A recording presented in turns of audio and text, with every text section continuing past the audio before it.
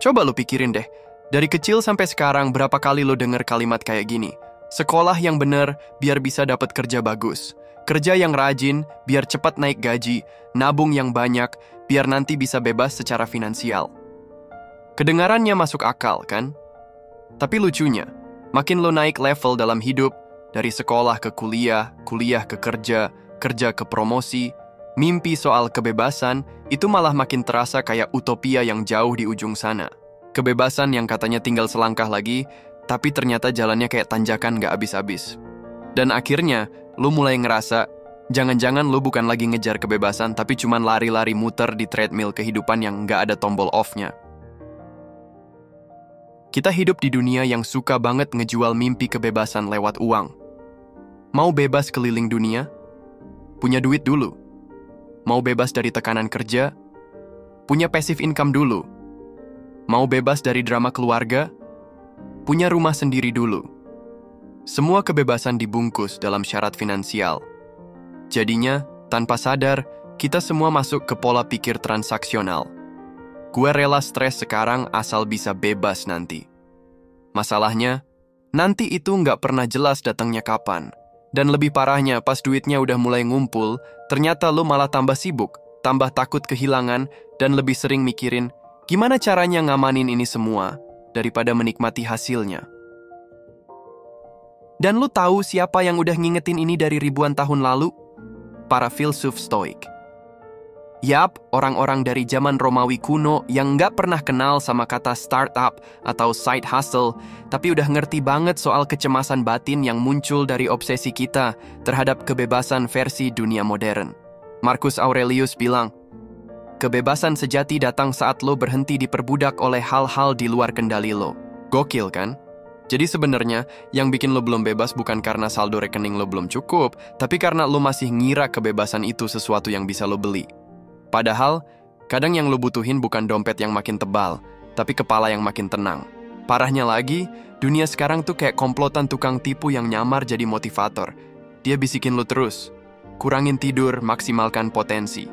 Nggak punya 7 sumber penghasilan? Bahaya! Lo dikondisikan buat ngerasa FOMO, buat selalu merasa belum cukup. Dan karena itu, makin hari, konsep kebebasan berubah jadi kayak monster di film horor. Nggak kelihatan, tapi bikin lo teriak dalam hati. Maka pertanyaannya sekarang bukan lagi berapa banyak uang yang gue butuhin biar bebas, tapi kenapa gue nganggep diri gue belum bebas? Dan di titik itulah stoikisme masuk. Bukan buat nyuruh lo berhenti cari uang, tapi buat ngajarin lo gimana caranya tetap waras di tengah kejar-kejaran hidup yang gila ini. Lo pernah denger nggak analogi orang minum air laut pas kehausan? Semakin diminum, bukannya hilang dahaga, malah makin dehidrasi. Nah, banyak orang yang ngejar uang tuh kayak gitu. Mereka mikir duit bisa jadi obat buat segala rasa takut. Takut miskin, takut dipandang rendah, takut gagal. Tapi semakin mereka kumpulin, justru makin takut kehilangannya. Dan disinilah letak jebakan psikologis paling kejam. Lo kira lo lagi berusaha jadi bebas, padahal lo lagi ngunci diri lo ke dalam kurungan emas. Pintu selnya mewah, tapi kuncinya lo simpen sendiri. Stoikisme, yang mungkin selama ini lo kira cuma kumpulan kutipan Instagram, sebenarnya menawarkan cara pandang yang radikal. Kebebasan sejati bukan tentang punya semuanya, tapi tentang enggak dikendalikan oleh apa-apa. Dalam dunia di mana kebahagiaan dipaketin bareng promo diskon dan motivasi datang dari jumlah nol di rekening, stoikisme ngajak kita balik ke pertanyaan dasar. Lo sebenarnya pengen bebas dari apa? Kalau jawaban lo bebas dari kecemasan, maka lo nggak butuh uang sebanyak itu. Lo butuh kedewasaan mental buat berdamai sama ketidakpastian. Seneca, yang meskipun kaya raya tapi tetap stoik garis keras, bilang gini, kita nggak miskin karena kita kekurangan, tapi karena kita terus nambah keinginan. Itu mind-blowing sih. Karena apa gunanya punya banyak kalau selalu ngerasa kurang? Masalahnya, hidup modern ngajarin kita buat nambah terus. Gaji, aset, followers, portofolio. Tapi nggak pernah ngajarin kita buat berhenti sejenak dan nanya, gue beneran butuh ini semua, atau cuma takut kalah saing? Dalam stoikisme, pertanyaan kayak gitu bukan kelemahan. Itu latihan mental buat membebaskan diri lo dari jerat ilusi. Jadi bisa dibilang, stoikisme tuh ngajarin lo buat ngelatih rasa cukup. Bukan supaya lo pasrah dan miskin, tapi supaya lo punya kontrol. Karena ketika lo nggak dikendalikan lagi sama rasa takut kehilangan, lo jadi bisa pakai uang lo dengan bijak. Lo jadi bisa bilang cukup tanpa rasa bersalah.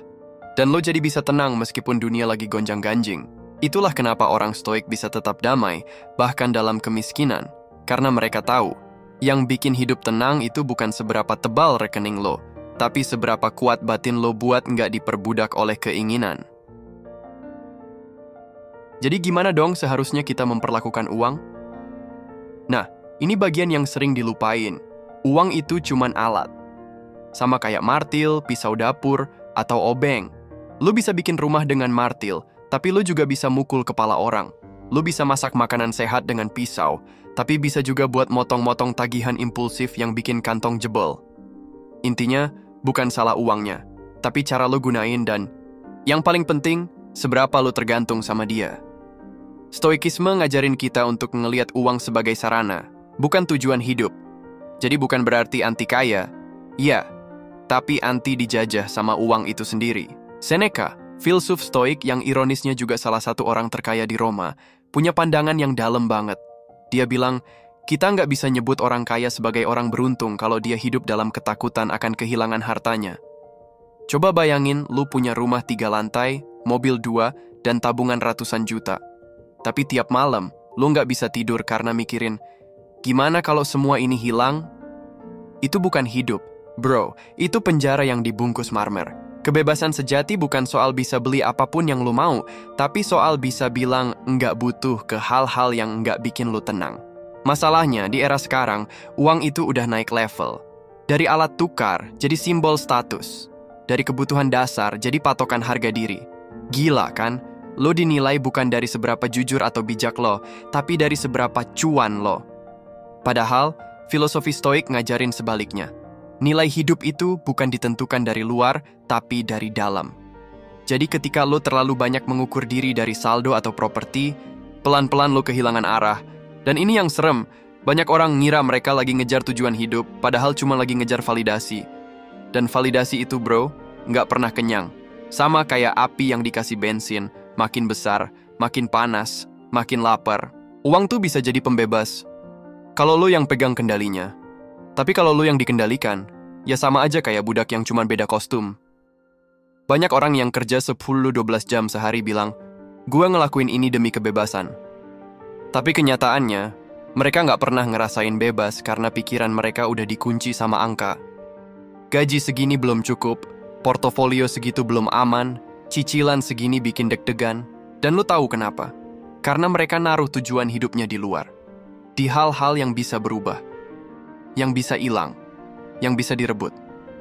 Stoikisme bilang, lo baru bener-bener bebas kalau kebahagiaan lo nggak tergantung sama apapun yang bisa hilang. Titik. Nah, sekarang pertanyaannya, kalau uang bukan sumber utama kebebasan, terus kita mulai dari mana? Jawabannya, mulai dari dalam. Dari hal-hal kecil yang kelihatannya sepele, tapi sebenarnya jadi akar dari semua kekacauan batin kita. Misalnya, bisa nolak ajakan nongkrong karena lagi pengen hemat. Bisa nahan diri nggak beli barang diskonan yang sebenarnya nggak lo butuh. Bisa diem waktu orang lain flexing cuan, dan lo nggak ngerasa kecil. Itu semua latihan mental. Dan stoikisme ngajarin itu sebagai bagian dari kebebasan sejati, bukan bebas dari tagihan doang, tapi bebas dari tekanan sosial, rasa iri, dan ego yang nggak pernah kenyang. Zeno, pendiri stoikisme, pernah bilang bahwa hidup itu kayak jalan panjang di bawah badai. Kita nggak bisa kontrol cuacanya, tapi kita bisa pilih langkah kita. Kebebasan bukan berarti langit selalu cerah, tapi kemampuan buat tetap jalan walau angin kencang dan hujan deras. Artinya, lo nggak perlu nunggu jadi financially free dulu buat hidup lebih tenang. Karena tenang itu bukan hadiah, tapi skill. Dan kayak skill lainnya, itu bisa dilatih, pelan-pelan, konsisten, dan realistis. Nggak harus langsung jadi dewa anti khawatir dalam semalam. Salah satu latihan paling keren dalam stoikisme namanya premeditatio malorum, alias membayangkan hal buruk yang mungkin terjadi. Kedengeran gelap? Iya. Tapi justru itu yang bikin lo kuat. Lo bayangin, kalau suatu hari gue kehilangan uang gue, apa yang masih gue punya? Kalau semua kerja keras gue nggak dihargai, apa gue masih bisa tenang? Latihan ini bukan buat bikin lo parno, tapi buat nguatin mental. Supaya lo nggak hidup dalam ilusi bahwa semua akan baik-baik aja, tapi juga nggak hidup dalam ketakutan. Karena stoikisme bukan ngajarin pesimisme, tapi ketenangan di tengah realitas yang kadang kejam. Dan lo tahu apa hasil akhirnya? Lo jadi punya kebebasan batin. Kebebasan buat milih reaksi, bukan cuma ngikutin emosi. Kebebasan buat bilang cukup saat dunia bilang kurang. Kebebasan buat tetap punya arah saat semua orang panik. Dalam dunia yang serba cepat, penuh distraksi, dan kompetitif kayak sekarang, kebebasan batin itu udah kayak superpower. Jadi, sebelum lo mimpi jadi financially free, coba lo mulai jadi mentally free dulu. Karena percuma cuan lo banyak, kalau pikiran lo masih dijajah ketakutan dan ekspektasi. Sekarang kita sampai di bagian paling penting. Apa lo masih mau terus percaya bahwa kebebasan itu harus ditunggu? Bahwa lo harus kerja mati-matian, tahan stres bertahun-tahun, rela ngorbanin waktu, kesehatan, bahkan relasi, demi bisa bebas nanti? Atau lo mulai sadar kalau kebebasan itu sebenarnya bukan hasil akhir, tapi proses harian? Karena kalau lo nunggu sampai semua sempurna dulu buat tenang, gaji naik, cicilan lunas, investasi cuan terus, kerjaan stabil, pasangan idaman, ya, siap-siap kecewa. Soalnya hidup nggak pernah sepenuhnya stabil. Tapi kabar baiknya, ketenangan lo nggak harus ikut naik turun kayak grafik saham. Itu bisa lo latih. Hari ini. Sekarang juga. Dan itulah kenapa stoikisme relevan banget, bro. Di tengah dunia yang terus bilang belum cukup, stoikisme datang bilang udah cukup kok kalau lo bisa nerima. Tapi jangan salah arti. Ya, nerima bukan berarti pasrah. Justru itu bentuk kontrol tertinggi. Lo sadar kondisi lo. Lo tahu mana yang bisa lo ubah dan mana yang enggak.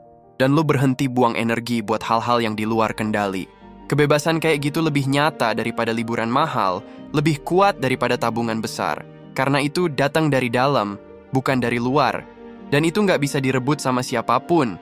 Ekonomi hancur, dunia gonjang-ganjing, lo tetap punya kendali atas batin lo sendiri. Gue tahu, omongan kayak gini kedengarannya filosofis banget. Tapi percayalah, stoikisme itu bukan teori kosong. Ini tuh kayak operating system buat jiwa lo. Lo tetap bisa punya ambisi, tetap bisa kejar cuan, tetap bisa upgrade hidup. Tapi lo melakukannya bukan dari tempat kekurangan, tapi dari tempat ketenangan. Lo kerja keras bukan karena takut miskin, tapi karena lo pengen berkembang. Lo cari penghasilan bukan buat validasi, tapi buat kontribusi. Dan itu yang bikin beda. Karena saat lo udah nggak dikendalikan sama ketakutan, lo jadi jauh lebih jernih, lebih fokus, lebih waras. Coba deh mulai hari ini, lo ubah cara pandang lo tentang uang. Jangan lihat dia sebagai jalan keluar dari semua masalah, tapi sebagai alat bantu buat hidup lebih bermakna. Dan yang paling penting, mulai latih batin lo.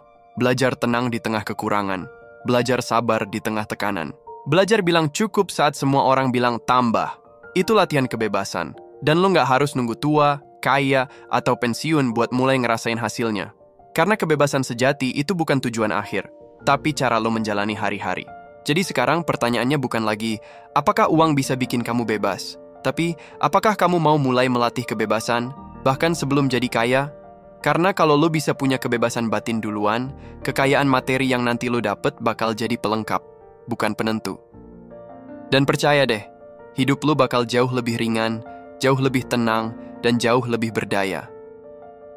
Kalau lo ngerasa video ini nyentil lo banget, berarti lo udah ada di jalan yang tepat. Lo udah mulai mikir lebih dalam, gak cuma soal cuan, tapi soal makna. Dan itu langkah awal yang powerful banget.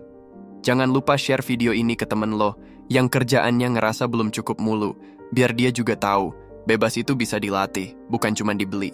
Subscribe buat terus dapat konten-konten santai tapi makjleb soal stoikisme, hidup, dan keuangan.